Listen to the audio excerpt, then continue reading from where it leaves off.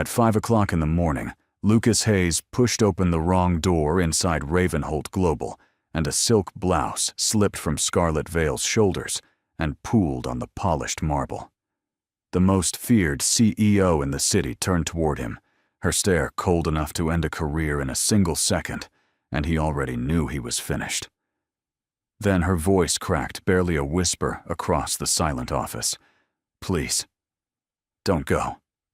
Maintenance worker in a stained uniform, a billionaire half undressed before the biggest meeting of her life, and one impossible plea hanging between them. Lucas Hayes did not move. The silk blouse lay on the marble like spilled paint, and Scarlet Vale stood in the cold gray light of her own office with the bearing of a woman who had not slept in 3 nights. She did not reach for the fabric. She did not cover herself with anything except the silence stretched between them, and somehow that silence cost her more than the blouse ever could have. He looked down at his boots, black scuffed salt-stained from the loading bay, where he had been replacing a coolant line less than 10 minutes earlier. The work order had given him the wrong floor. The night supervisor had given him the wrong access code. And the door that should have led to a server closet had led him here to the 70th floor, to a woman whose name appeared on the side of the building. "I'm sorry, ma'am," Lucas said. The words came out flat, more confession than apology. "I'll go. Please." Her voice cracked low, ashamed of itself. "Don't go." She turned from him then and walked to the window, every motion controlled, as though even her humiliation had to be administered carefully. She lifted a charcoal blazer from the back of a chair, slid it on, and crossed her arms. The lining was the same shade as the bruises under her eyes. Lucas was 34 years old and had spent the last 7 of those years pretending he had no past worth mentioning. There had been a wife once, and a degree in mechanical engineering he never finished, and a small apartment with the kind of life inside it he never thought he'd lose. None of that survived the year he turned 27. What survived was the night shift, the toolbox, and the rule he had made for himself: keep your head down, take the overtime, and never under any circumstance speak first in a room you were not invited into. He broke that rule now because the woman in front of him looked like she might break apart if he didn't. "You haven't slept," Lucas said. Scarlett's shoulders moved. It was not quite a laugh. "Is it that visible?" "Only to someone who hasn't either." She turned her head just enough that he caught her profile, a face the magazines like to call surgical, as though she had been carved instead of born. Up close in the dim light before sunrise, she looked younger than the magazines made her look. She looked 31, which was exactly what she was. "There's a meeting at 7, she said. "Quarterly strategy review. The board has wanted my chair for 2 years now. Today they will ask for it again, more politely than usual." Her gaze drifted to the blouse on the floor and seemed almost surprised it was still there. "I was going to look perfect for them. Hairsuit, voice, the whole act. And then I came in. And then you came in." Lucas stepped forward slowly, the way a man approaches a wounded animal in a clearing. He bent down, picked up the blouse, folded it twice without looking at it, and laid it across the arm of the nearest chair. He did not look at her either. He simply did the smallest decent thing he could think of, and then straightened. When he raised his eyes, she was watching him. Not the way a CEO watches an employee, the way a person watches a stranger who has for 1 second treated them like a person. "What's your name?" she asked. "Lucas. Hayes. Maintenance night shift." "Lucas." She tried the word the way she might try a foreign currency, weighing it. "I'm going to ask you something strange, and I would like you to say yes." "All right. Stay for 10 minutes. Don't speak unless I speak first. Don't fix anything. Don't call anyone. Just stand there." Her eyes finally met his, and they were not the eyes of the woman in the building lobby photograph. "I haven't had 10 minutes in a room with someone who didn't want something from me in a very long time." He stayed. He stood near the door hands at his sides, while she sat on the leather sofa across from him and held a glass of water she did not drink. She did not cry. He was almost certain she had forgotten how. But she breathed slow and deep. And after the 3rd minute, her shoulders dropped half an inch, and by the 7th minute, her eyes had closed, and he understood that this was what she had needed. Not advice, not comfort, just the proof of another person breathing in the same room without billing her for it. At 5:48, an alarm chimed on her desk. She opened her eyes, smoothed the blazer, and stood.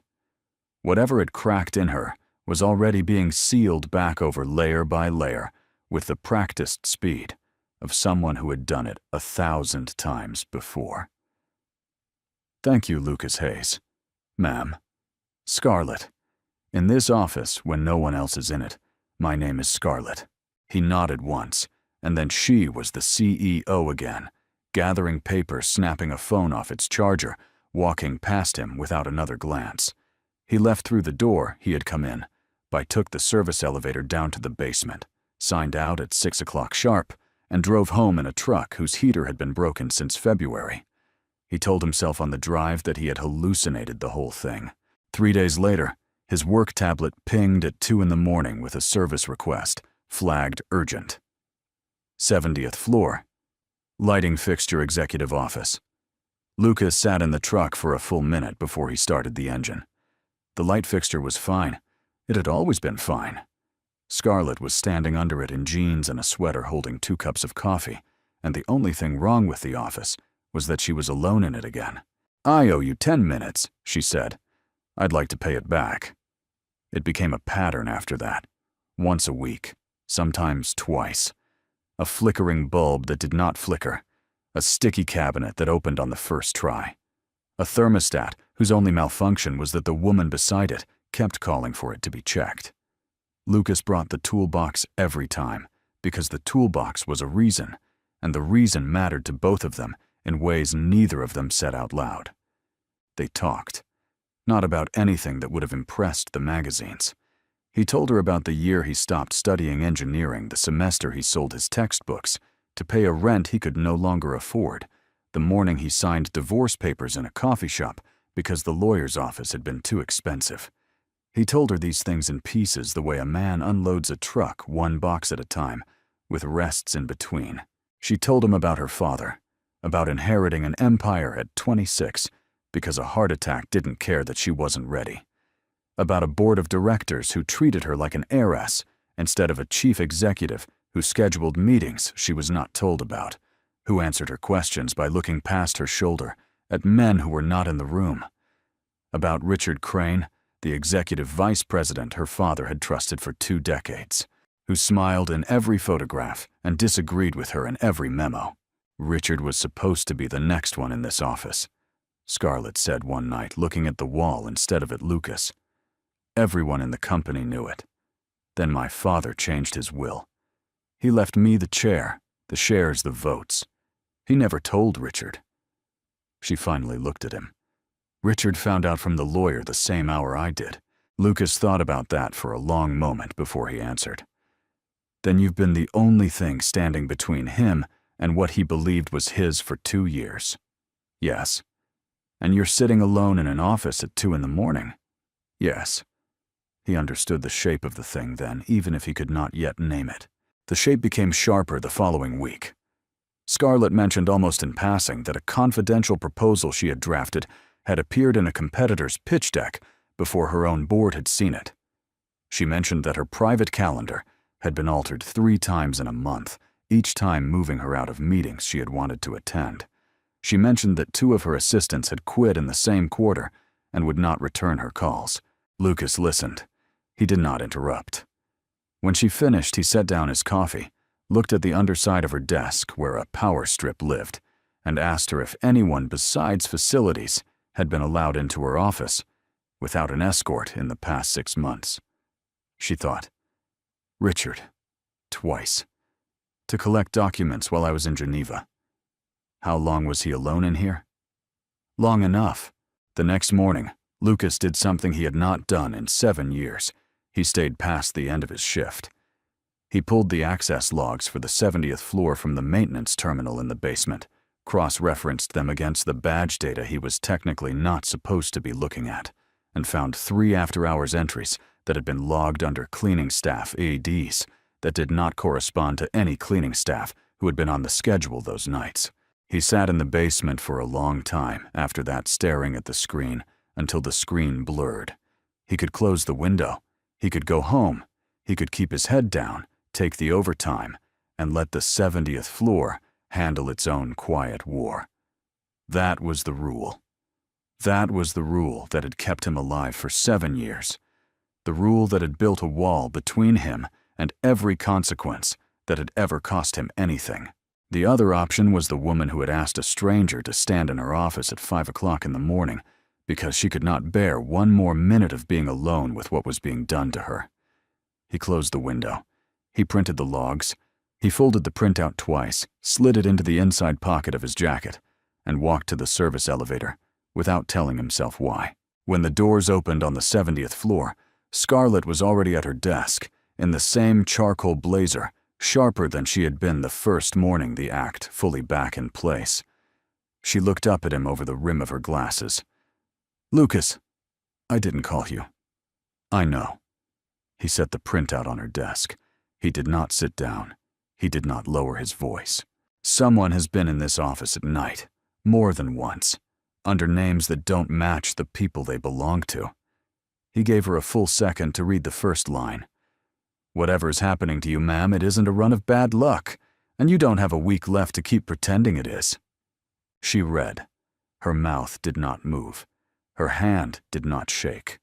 Only her eyes moved line by line until she reached the bottom of the page, and then they came back to him, and they were not the eyes of a CEO, and not the eyes of the woman who had asked him to stand by the door. They were the eyes of someone who had just been handed proof of something she had been afraid to say out loud for 2 years. "Why are you bringing me this, Lucas?" Scarlett asked. The question was quiet. It was the most dangerous question she had ever asked him. He thought about the answer for a long time. He thought about the truck in the parking lot. He thought about the rule. He thought about the 7 years he had spent pretending he did not have a stake in anything. "Because no one else is," he said. "And because you asked me to stay once. I am staying." Scarlett laid the printout flat on the desk between them. Outside the glass wall of her office, the city was beginning to turn from gray to gold, the way the city always did at 6 in the morning. Down on the street, 70 floors of glass below her, the rest of the world was waking up to a day that had nothing to do with either of them. Up here, in the cold quiet of her office, a different kind of day was being decided. "Then we should talk about what you've just walked into, Lucas Hayes," she said. "Because once you do, you don't get to walk back out." He set his toolbox down on the floor beside her desk. He did not pick it up again that morning. The toolbox sat by Scarlett's desk for the next 6 weeks, like a piece of furniture neither of them wanted to explain. Lucas kept his night shift hours and his badge access and his coverall, because changing any of that would have been a flare in the dark for whoever was watching them. By day, he slept 4 hours and read corporate filings he had borrowed from her tablet. By night, he listened to her think out loud, and the two of them built a list, names, dates. Cleaning staff IDs that had never belonged to anyone, memos that had been sent at 3 in the morning from terminals that should have been locked. They built it slowly, because Richard Crane had spent 2 decades inside Ravenholt Global and knew where every camera blinked and every log was kept. And Scarlett knew that if she moved too fast, he would smell it before she had anything strong enough to cut him with. The world above the basement noticed Lucas before Scarlett wanted it to. The first time a senior vice president saw him in the executive corridor at 1 in the morning, the man stopped, took in the coverall and the badge, and asked Scarlett's chief of staff the next morning whether Miss Vale was screening her overnight visitors properly these days. The chief of staff repeated the question to Scarlett, with a face that was trying very hard not to mean anything. Scarlett told her in the voice that ended conversations that Mr. Hayes was assisting with a security review and would be on the 70th floor as often as he was needed. It did not stop. Each day, a different door took its small slice out of him. A board member's assistant looked at his hands when he held a coffee cup. A receptionist asked him 3 times whether he was certain he was allowed on this floor. An executive he had never spoken to brushed past him in the hallway and said low enough that only Lucas heard that men like him only ever wanted one thing from women like her, and that he should learn the name of the door he had walked in through. Lucas did not react. He had spent 7 years learning not to react.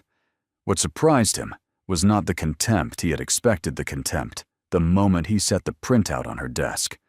What surprised him was how Scarlett carried his contempt back to her office every night and was angrier about it than he was.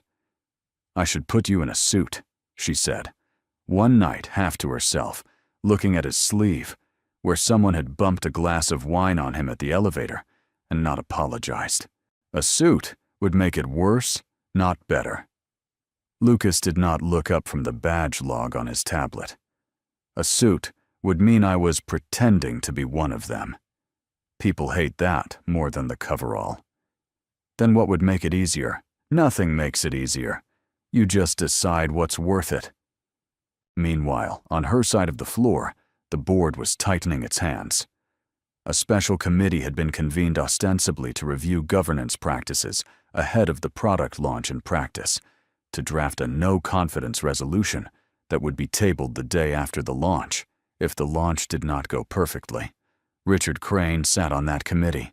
Richard Crane had in fact suggested the committee. He smiled at Scarlett in every elevator and asked, with the gentleness of a man asking after a niece whether she was sleeping well lately. She was not. She was awake at 3 a.m, reading badge logs with a maintenance worker in jeans, and the only reason she had not yet broken in half under the weight of all of it was that the maintenance worker was still there at 4. The break came on a Tuesday. Lucas had been pulling network maintenance records on a low-level server that almost no one above the 3rd floor remembered existed, looking for trace logs from the nights when the unknown cleaning IDs had badged in. He found a backup. He was not supposed to find an archive of camera footage from the 70th floor corridor, kept against policy by a security contractor who had not bothered to wipe his own redundant drives before resigning. The footage from 3 of the suspect nights was still on the drive. On all 3 nights, a single figure walked the corridor at 2:15 in the morning. The face was turned away from the cameras with the practiced angle of a man who knew where every camera was. The walk was unmistakable. Lucas had seen Richard Crane walk past him in elevators for 2 months. He brought the file to Scarlett's office that night. She watched the footage 3 times, her hands flat on the desk, her face arranged into nothing at all. When she finally spoke, her voice came out so even it sounded mechanical. "It is not enough. Scarlett, it is not enough for the board, Lucas. He will say he came up to retrieve a file. He will say he turned his face because he didn't want a camera in it. He has been their friend for 20 years. I am the daughter who took something that wasn't supposed to be hers." Her eyes finally lifted to his. "I need him to do something in public that he cannot explain away." Lucas understood what she meant. He did not like it. "The launch," he said. "The launch. In 2 weeks, Ravenholt Global was scheduled to unveil its newest platform in front of 300 members of the press, the entire board, and a live stream audience of 500,000. Scarlett was the keynote speaker.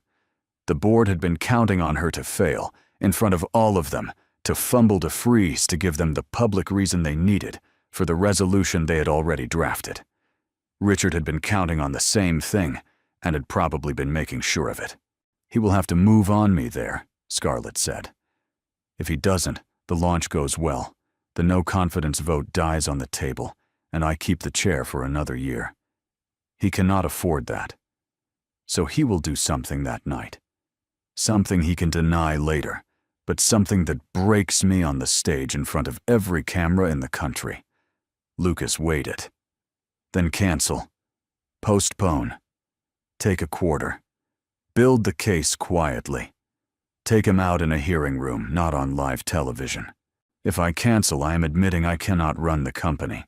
The board will vote me out the next morning. Richard takes the chair without ever having to come out of the shadows." Her shoulders settled. He has been counting on me being afraid of him for 2 years, Lucas.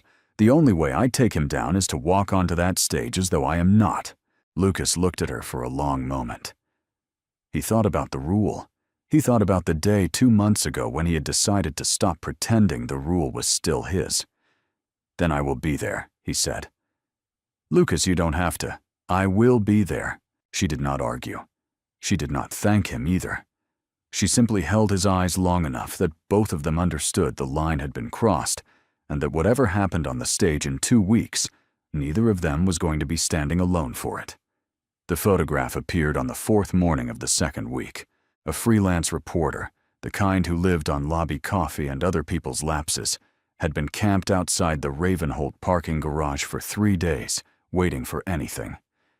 He got it at 6:15 in the morning when Lucas walked Scarlett to her car after she had refused for the first time in any of their nights to send him home before sunrise. The shot was not romantic. It was not even particularly close. He was a half step behind her. Her hand had brushed the edge of his sleeve as she turned, and a streetlight caught the angle just well enough to make a story out of it. The story ran by noon. Billionaire CEO seen with maintenance worker in pre-dawn departure from headquarters. The photograph filled the top of the page. The caption was politely curious. The comment section was not. By 2 in the afternoon, 3 board members had requested an emergency call. By 4 o'clock, the special committee had circulated a memo expressing concern about, in their phrasing, the chief executive's personal judgment in the run-up to the most important launch event in the company's history. Richard Crane signed the memo first. He did so in his most concerned, fatherly handwriting. Lucas saw the photograph on his phone in the basement break room. He looked at it for a long time, at the image of himself half a step behind her in the dim light, and he understood with a clarity that surprised him that his life had just been moved into a room with no door back. When he came up to her office that night, she was already on her feet at the window. She did not turn when he came in. "I should send you home, Lucas." Her voice was flat. "I should send you home tonight and not call you back. I should let them think you were a phase." "Do you want to?" Lucas asked. "What I want has not been the operative question in this office in 2 years. It is tonight." She turned then. She had taken the blazer off. Her hair was pulled back, and the bruises were back under her eyes, and she looked 31 again, and tired and angry on his behalf in a way that frightened her. "They will eat you alive, Lucas. They are already starting. Tomorrow there will be a story about your divorce. The day after that, your credit report. By Friday, they will have found someone who worked with you 10 years ago who is willing to say something cruel for $200. The board will use it. Richard will use it. The cameras at the launch will use it.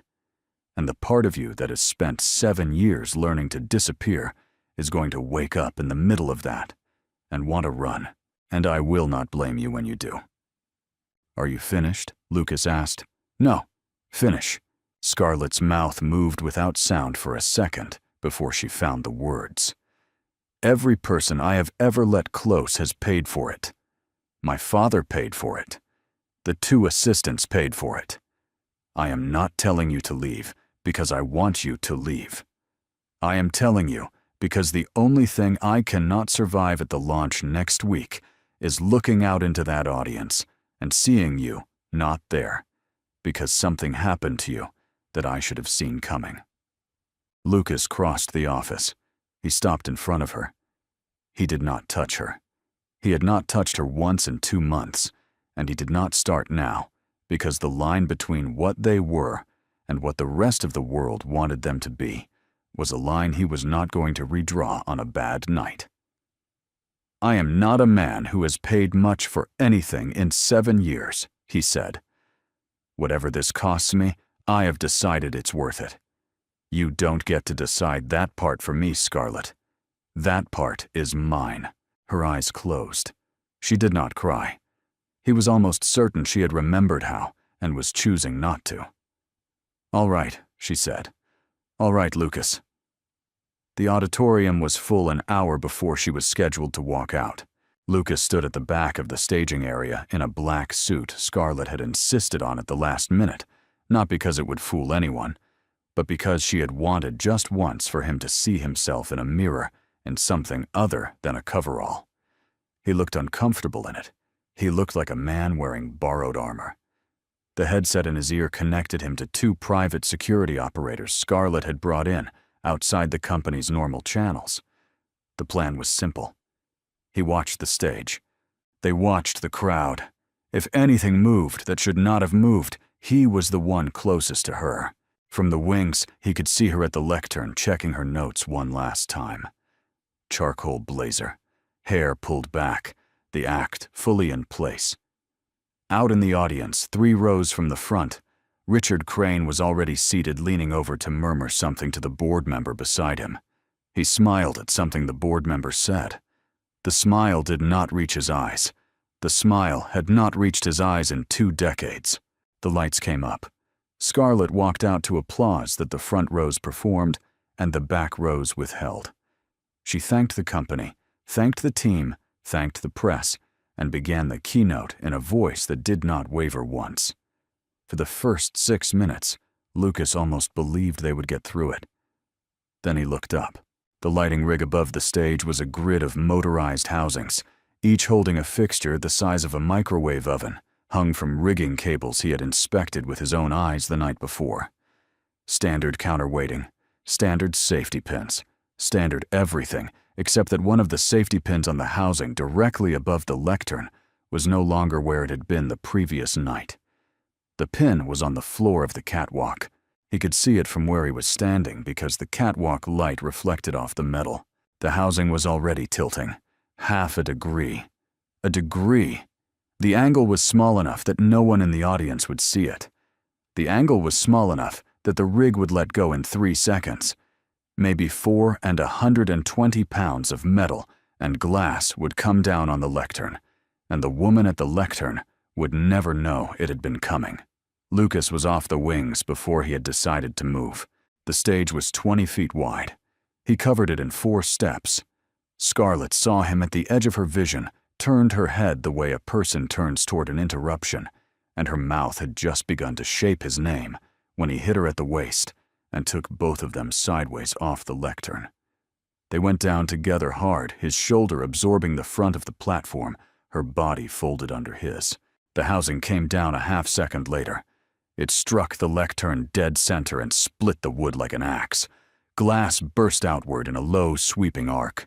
A shard the length of a hand drove into Lucas's back just above the hip in a place a man would not feel until he tried to stand up. The auditorium did not scream at first. It made a sound somewhere between a gasp and a held breath, 300 bodies forgetting in unison how to be in a room. Then it screamed. Scarlett pushed up onto her elbows under him, her hair undone, the blazer torn at the shoulder, and the careful act she had carried for 2 years did not come back to her face. She looked down at the blood already spreading across the back of Lucas's borrowed suit, and her hands went to him, and she said his name once, and then she said it again, and the second time it was not a name at all. It was the sound of a woman who had just realized that the only person who had ever stood in a room with her without wanting anything from her had just paid for it on live television. 3 rows from the front, Richard Crane sat very still in his seat. He did not stand. He did not move toward the stage. The cameras caught it. The cameras caught all of it. And on the back of Lucas's torn jacket on the polished black floor of a stage that was supposed to belong to a launch, that was supposed to belong to a vote, that was supposed to belong to Richard Crane, the blood kept spreading. The hospital lights at midnight were the only lights that did not lie. They were too bright, too white, and they did not pretend to be anything else. Scarlett sat in the recovery room in a hooded sweatshirt one of her security operators had given her, the torn blazer folded on the chair beside her, and she did not move when the night nurse came in to check the line in Lucas's wrist. The nurse had stopped trying to send her home 4 hours ago. Everyone had stopped trying. Lucas slept the heavy drugged sleep of a man whose body had decided the argument was over. The shard had missed the kidney by less than an inch. The surgeon had used the word lucky twice. Scarlett had nodded each time, and had not for the entire conversation taken her eyes off the patient on the table. Outside, the city was eating the launch alive. 3 news channels had cut to the footage of the stage collapse on continuous loop. 2 had played it without sound. 1 had slowed it down and circled in red the moment Lucas hit her at the waist. By midnight, the freelance reporter who had taken the parking garage photograph had sold a follow-up think piece to a national paper, and the comment section had finally stopped being polite. Her chief of staff called her phone every 20 minutes. The board had convened an emergency session for 8 in the morning. The committee had moved the no-confidence resolution forward by 12 hours.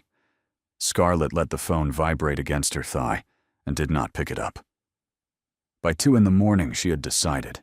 She walked to the small window of the recovery room, looked out at the parking lot below, and watched a single news van set up its tripod on the curb.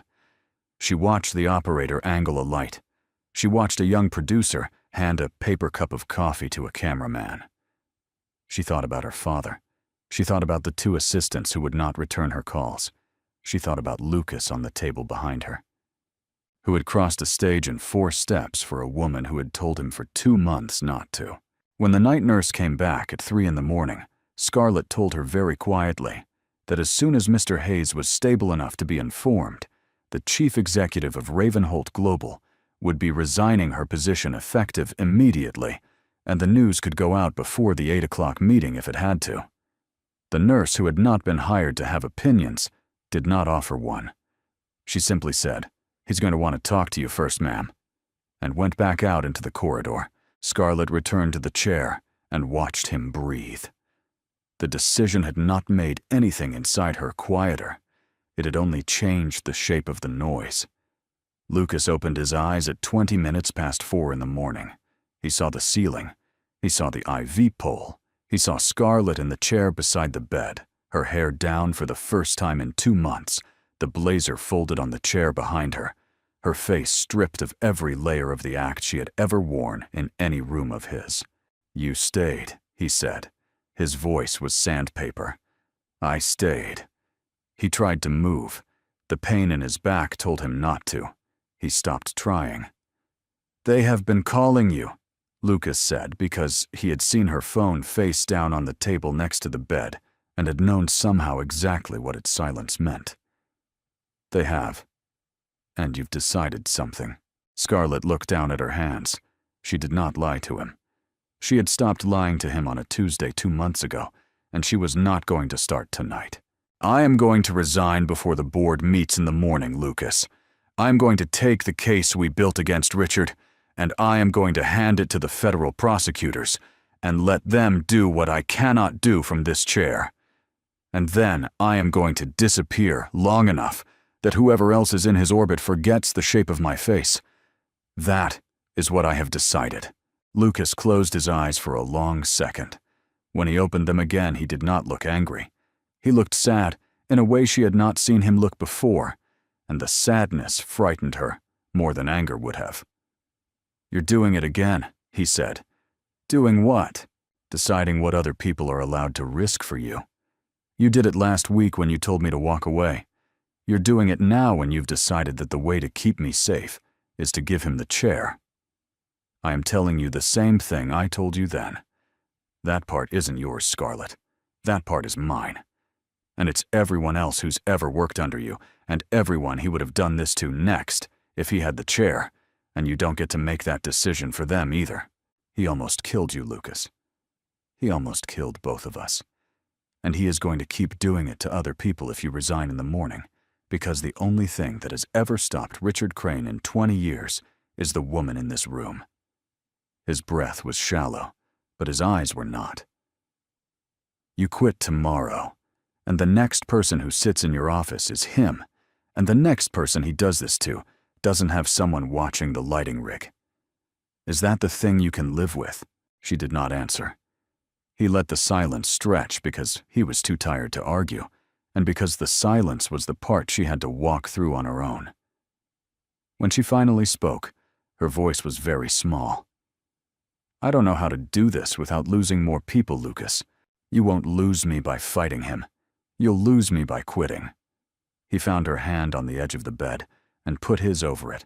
Not hard, not gentle, just there. You haven't lost me yet, Scarlett. I am still here. I am going to keep being here. The thing you have been afraid of for 2 years isn't going to happen because you decided in a hospital room at 3 in the morning to be afraid of it harder. She did not cry. She had stopped doing that years ago, and tonight was not the night she was going to relearn. But her hand turned under his, and her fingers laced through his fingers, and she sat with him until the sky outside the window began to gray. At 6 in the morning, she picked up the phone, called her chief of staff, and told her in the voice that ended conversations that the 8 o'clock meeting would proceed exactly as scheduled, that the agenda would be the one Scarlett herself had just rewritten, and that the chief executive of Ravenholt Global would be attending in person. The board met at 8 o'clock in the room they had built to humiliate her. Scarlett walked in at 2 minutes past 8 in the same charcoal blazer she had worn to the launch, dry cleaned overnight.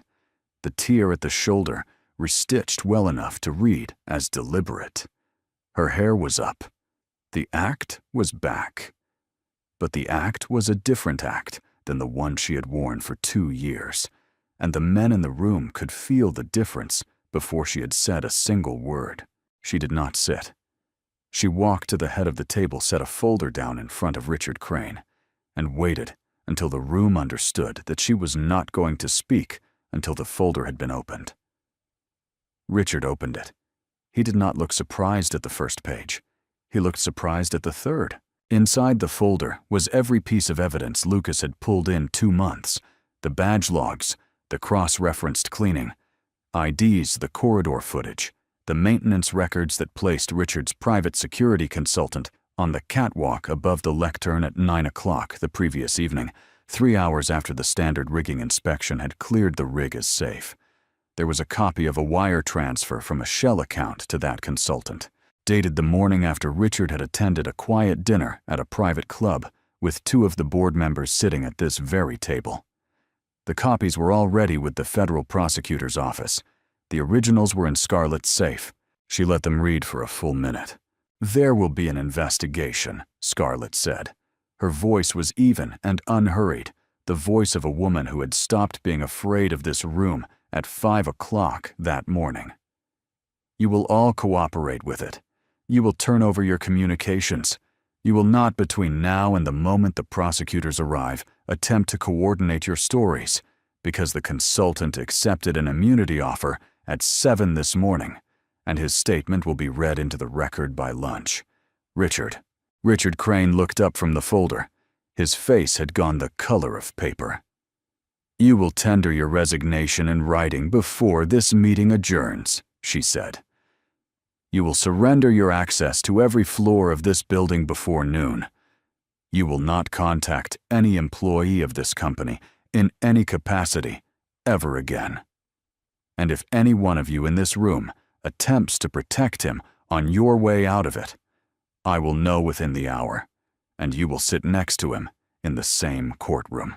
She looked at the man who had spent 20 years in her father's confidence, and 2 years trying to take her out of the chair, and she did not feel the satisfaction she had expected to feel.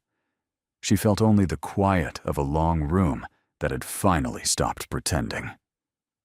"That's the resolution I am bringing to the table this morning. If anyone would like to call a vote on it, I will accept the result." No one called a vote, and Richard Crane reached for the pen at the center of the table with a hand that was no longer entirely steady. By 11 o'clock, the resignation was on her desk. By 1 in the afternoon, the federal prosecutors had walked into the building with 3 boxes and a court order. By the close of the trading day, the story had been pulled off the launch collapse loop on every channel and replaced with the press conference Scarlett gave from the steps of the company headquarters in the same restitched blazer. She did not perform the press conference. She spoke for 4 minutes. She named Richard Crane. She named the consultant. She named the 2 board members who had attended the dinner. She did not name Lucas.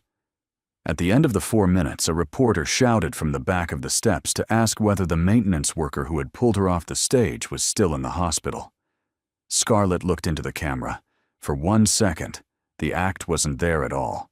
"He is recovering," she said.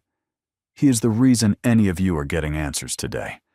And the way I run this company from this morning forward is going to look very different than the way I have run it for the last 2 years because of him." She did not take a second question. She walked back inside. 6 months later, the 70th floor was no longer a place anyone whispered about at the elevators. The committee was gone. The shell accounts had been unwound. 2 board seats had turned over. The new hires Scarlett had brought in did not look like the old hires. They came from auditors and labor lawyers and a former federal investigator she had personally interviewed in a coffee shop 2 blocks from the building. She had made it a point in the first 30 days after the launch to take a cup of coffee with every floor manager in the company below the executive level, including the night shift, and the people on the night shift had not stopped talking about that for the entire 6 months. Lucas was no longer night shift maintenance. He was not in a coverall either. He was not in a suit. He had landed by his own quiet insistence on something in between, a sport coat over a working shirt, the same kind of boots, a badge that said Office of the Chief Executive Special Advisor on it, in letters small enough that he could pretend not to notice them. His office was on the 70th floor, 6 doors down from hers. The toolbox was still on the floor next to her desk. Neither of them had moved it.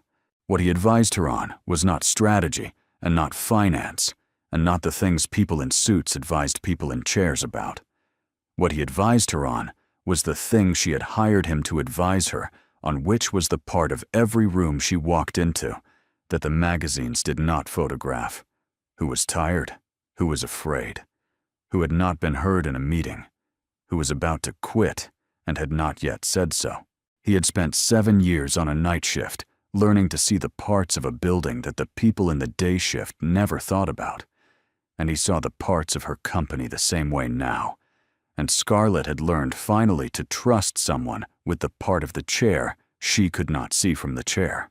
They did not announce anything to the press. They did not have to. By the 2nd month, the photographs of the 2 of them had stopped being scandalous and had simply become photographs. By the 4th, the comment sections had moved on to other women in other chairs. By the 6th, on a Friday evening in early autumn, Lucas walked her out of the building after a board meeting that had gone the way she had wanted it to go, and her hand was in his at the curb. And the only camera that caught it was a tourist's, and the tourist did not know who they were. He drove her home in a truck whose heater had been fixed in July. She did not say much in the truck. She did not have to.